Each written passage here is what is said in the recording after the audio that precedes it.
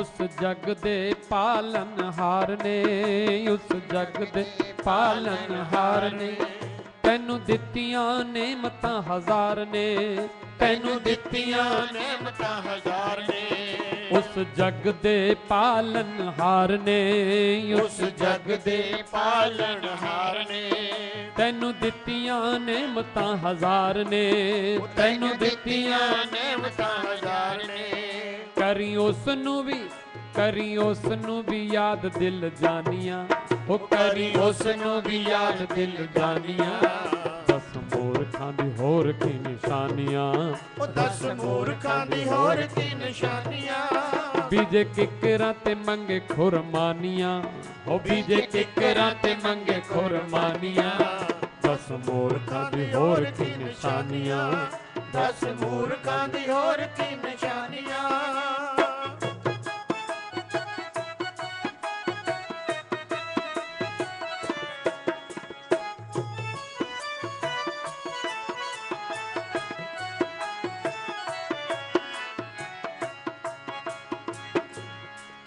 तेरी उम्रां एवें बीती जाऊंदी, तेरी उम्र एवें बीती जाऊंदी।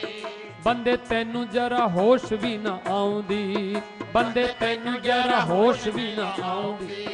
कानू भुल्ले आए, कानू भुल्ले आए ओदी मेहरबानियां, कानू भुल्ले आए ओदी मेहरबानियां।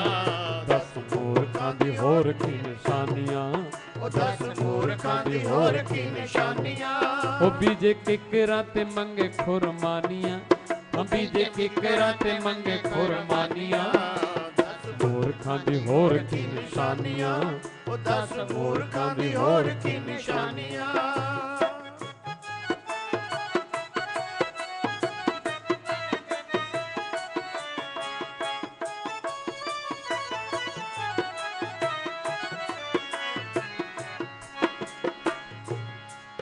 चोला नाम वाले रंग विच रंग ले, चोला नाम वाले रंग विच रंग ले, चोला नाम वाले रंग विच रंग ले, चोला नाम वाले रंग विच रंग ले। आके दाते कोलो माफिया भी मंग ले, आके दाते कोलो माफिया भी मंग ले। वो चोला नाम वाले रंग विच रंग ले, चोला नाम वाले रंग विच रंग ले। आके दाते कोलो माफिया भी मंग ले, आके दाते कोलो माफिया भी मंग ले। सारे जग उत्ते, सारे जग उत्ते ओदी मेहरबानियां, सारे जग उत्ते ओदी मेहरबानियां। दस मूर्खां दी होर की निशानियां, ओ दस मूर्खां दी होर की निशानियां। बीजे किकरां ते मंगे खुरमानियां, ओ बीजे किकरां ते मंगे खुरमानियां। दस मूर्खां दी होर की निशानियां, दस मूर्खां दी होर की निशानियां।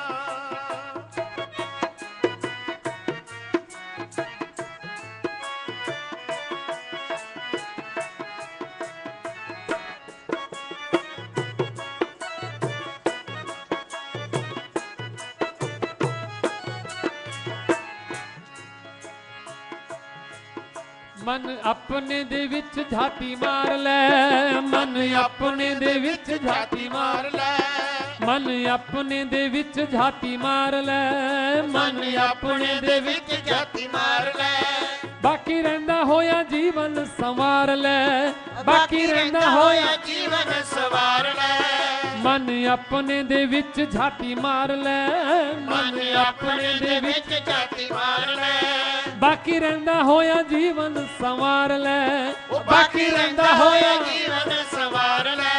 तेरी दूर होण, तेरी दूर होण सब परेशानियां, ओ तेरी दूर होण सब परेशानियां। दस मूर्खां दी होर की निशानियां, दस मूर्खां दी होर की निशानियां। बीजे किकरां ते मंगे खुरमानियां, ओ बीजे किकरां ते मंगे खुरमानियां। दस मूर्खां दी होर की निशानियां, ओ दस मूर्खां दी होर की निशानियां। ओ दस मूर्खां दी होर की निशानियां, ओ दस मूर्खां दी होर की निशानियां। अर्जुन ने भगवान कृष्ण से पूछा कि कृष्ण एक बात बताओ, आपने देखा कि 18 अध्यायों के नाम हैं, हर अध्याय का नाम है योग। पहले अध्याय का नाम है विषाद योग, ऐसे ही कर्म योग, भक्ति योग, ज्ञान योग, सब अध्यायों के योग सबका नाम है। और अर्जुन को बार बार बोलते हैं तू योग कर, योग कर। अर्जुन कहता है महाराज एक बात बताओ, मुझे आप बार बार कहते हो योग कर, योग कर, और मेरा ये शरीर तो नष्ट होने वाला है, चलो जितने दिन भी रह जाए एक दिन तो छूटेगा ना। बोले फिर मेरा योग तो बेकार हो जाएगा। भगवान ने कहा देखो ऐसा कभी नहीं होता। शुचि नाम श्रीमताम गेहे योग भ्रष्टो भी जायते। जो तुम्हारी कमाई है, जो तुम कमाई कर रहे हो, ये तुम्हारी कमाई तुम्हारे साथ जुड़ती जा रही है, चाहे तो अच्छी कमाई है चाहे तो बुरी कमाई, जो भी कुछ कर रहे हैं। और हमें इस जीवन में जो हमने किया है तो अगले जीवन में हमें वैसे परिवार में माता पिता वैसे ही मिलेंगे जैसी हमारी साधना है। अगर हमने भजन आगे बढ़ाया है तो भजन वाले माता पिता मिल जाएंगे, और कुछ आगे बढ़ाया है तो वैसे ही मिल जाएंगे। नहीं तो हो सकता है हमारे माता पिता कहीं पशु पक्षी भी मिले, अगर ऐसा हमने कुछ काम किया है तो। सुखदेव जी महाराज के जीवन में, यहां पर मैंने आपको बात कही थी कि यहां 88,000 ऋषि बैठे हैं कथा सुनने के लिए, और एक महात्मा कथा सुनाते हैं, उनका नाम है सूत जी। और उनमें से 88 ऋषियों में से एक रिप्रेजेंटेटिव हैं, क्यों 88,000 लोग पूछेंगे तो एक आदमी कैसे बताएगा। तो वो उन्होंने ड्यूटी लगाई है एक व्यक्ति की, सूत जी ने, कि बोले आप इन 88,000 से मिलते रहा करो, और आप इनकी, कई लोग ऐसे होते हैं, सबकी एक साइकोलॉजी बड़ी ज़बरदस्त होती है कई लोगों की, सब लोग क्या चाहते हैं वो समझ लेते हैं। आप लोग भी तो, हम लोग क्या करते हैं कि भाई सरी में एक, या सरी के किसी मोहल्ले में एक आदमी को चुन लो और उसको फिर सरकार में भेज दो, एमएलए बनाकर, एमपी बनाकर। तो वो सबकी बात कहता है, हम लोग ऐसा विश्वास करते हैं कि वो सबकी बात कह सकता है, सब लोग अपनी अपनी बात रखेंगे, कैसे कोई सुनेगा। तो सूत जी से एक महात्मा है जो सबके मन की बात, सबके प्रश्न पूछते हैं।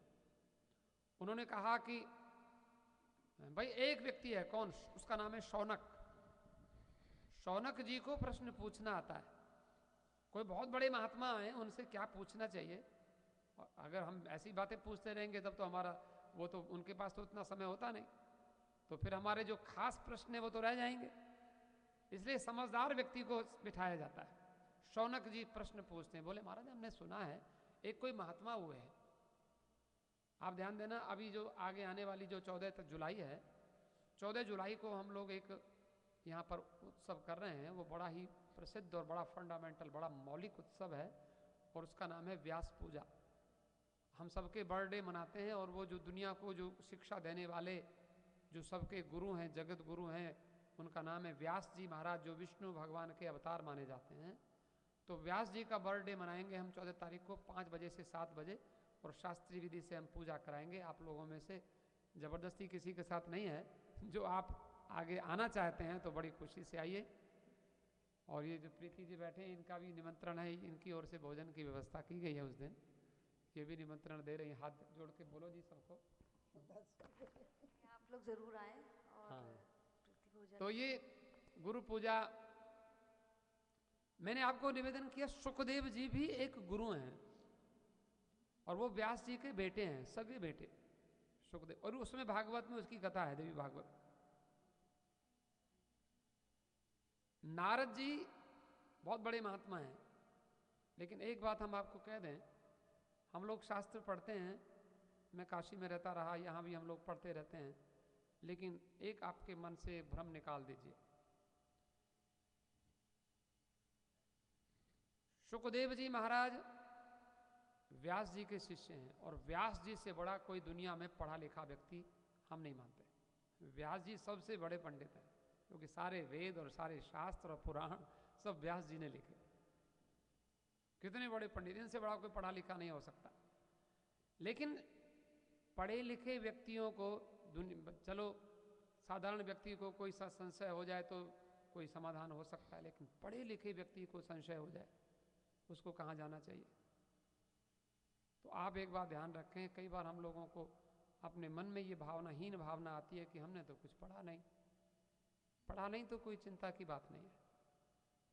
कि काशी में एक पंडित जी जा रहे थे, तो उन्होंने व्याकरण पढ़ा, न्याय पढ़ा, मीमांसा पढ़ा, तो सब वेदांत पढ़ा, तो लेकिन उनको नाव गंगा जी पार करनी थी। गंगा जी भादों का महीना, वहाँ पर कभी आप जाओ तो भादों के महीने में गंगा जी बहुत बढ़ जाती है, वैसे तो गंगा छोटी रहती है लेकिन फिर भी नाव चलती हैं। तो पंडित जी वो बड़े बोले कि नाव खेने वाले ने कहा, पंडित जी कैसे हो? बोले ठीक हैं। तुम कुछ पढ़ते हो? उसने कहा, पंडित जी हम तो नाव चलाते हैं, हम पढ़ते तो नहीं हैं। बोले तुमने ग्रामर नहीं पढ़ा? बोले हमने ग्रामर तो नहीं पढ़ा। बोले तुमने तो 25% जीवन बेकार कर दिया। बोले तुमने वेदांत पढ़ा? बोले पंडित जी हमने तो नहीं पढ़ा। बोले तुमने तो 50% जीवन बेकार कर दिया। बोले तुमने धर्मशास्त्र पढ़ा? बोले नहीं पढ़ा। बोले 75% तुम्हारा जीवन बेकार गया। अब बेचारा वो अब नाव चलाने वाला उसको क्या पता कि कैसे, अब उसका तो रोजी रोटी वही है। इतने में वो गंगा जी में वो ज़्यादा पानी आ गया, ढेर सारा। वर्षा होती है तो बहुत पानी आ जाता है। पानी आया तो उसकी नाव जो थी वो नाव में पानी भरने लगा, हिलने, हवा चल रही थी। बोला पंडित जी? बोले हाँ आपने तैरना सीखा? पंडित जी कहते मैं तो पढ़ने लिखने में रह गया, मैं तैरना वैरना मुझे कहाँ आता। तो बोले मेरा तो 75% जीवन बेकार गया, आपका तो सारा ही गया।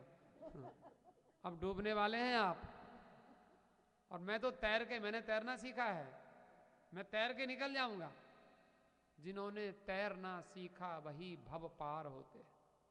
कथा देवी भागवत में ये है कि व्यास जी इतने बड़े पंडित, और इनके मन में इतना संशय हुआ, सुत्ते नू कोई देवे जगा, पर मचले नू कौन जगावे। अंदर तेरे प्रीतम वसदा, तैनू नजर न आवे, 10 की किता जावे। सुत्ते नू कोई देवे जगा, पर मचले नू कौन जगावे। मचला होता है वो आप सारी बात सुन रहा है और सोने का ड्रामा कर, सो नहीं रहा है, चादर ओढ़ के जो लेटा हो। तो व्यास जी जैसे उनको कौन समझा सकता है? वो किसी को समझेगा ही नहीं। बड़े लोग होते हैं, पढ़े लिखे लोग होते हैं, वो किसी को नमस्ते भी नहीं करते, हमसे बड़ा कौन है। लेकिन व्यास जी को बड़ा समस्या हुई, तो व्यास जी ने हे प्रभु मैं क्या करूं। एक तो पुत्र मोह हो गया, और आपको व्यास जी को और भी कष्ट हुए, अनेक संशय हो गए। तो व्यास जी ने सोचा मैं कहाँ जाऊं। एक महात्मा आ गए, अपने आप ही आ गए। जब बहुत दुखी होते हैं और आप जब भगवान से सच्ची पुकार करते हैं, तो जो जैसी भवितव्यता तैसी होत सहाय, आप तहां नहीं जा सके ताहि तहां ले जा। कभी कभी ऐसा होता है, कई दर दर फिर दे, कई दर दर लब दे सतगुर नू, कई फड़के कोल बिठा लेंदे, और कई जंगलां बाँव दे फिर दे ने, कई मन विच रब नू बसा लेंदे। ऐसे होते। तो ये विल पावर तो मजबूत थी। वो महात्मा आगे बोले नारायण, वो बोले व्यास जी क्या बात है? अरे तुम्हारा मुंह तो बड़ा सूखा सूखा दिखाई पड़ रहा है। आप जब चिंतित होते हैं, जब आपको चिंता होती है तो पता चल जाता है लोगों को, समझदार लोग, उनको मालूम पड़ जाता क्या बात हुई, क्या हुआ। और आप जानते हैं व्यास जी क्या करते हैं? व्यास जी ने कभी जीवन में एक अक्षर नहीं पढ़ा। और व्यास जी ने नहीं, नारद जी ने। व्यास जी तो सब पढ़े हैं, और नारद ऐसे महात्मा हैं उन्होंने कभी एक अक्षर भी पढ़ा नहीं। और हमारे एक पंजाब के महात्मा से मैंने सुना, गुनगुनाइए 2 पंक्ति। छड़ झगड़ा पढ़न पढ़ावन दा, वल सिख ले रब नू पावन दा। छड़ झगड़ा पढ़न पढ़ावन दा, वल सिख ले रब नू पावन दा। वल सिख ले रब नू पावन दा, वल सिख ले रब नू पावन दा। वल सिख ले रब नू पावन दा। वल सिख ले रब नू पावन दा। वल सिख ले रब नू पावन दा। वल सिख ले रब नू पावन दा। वल सिख ले रब नू पावन दा। वल सिख ले रब नू पावन दा। वल सिख ले रब नू पावन दा। वल सिख ले रब नू पावन दा। छड़ झगड़ा पढ़न पढ़ावन दा, वल सिख ले रब नू पावन दा। छड़ झगड़ा पढ़न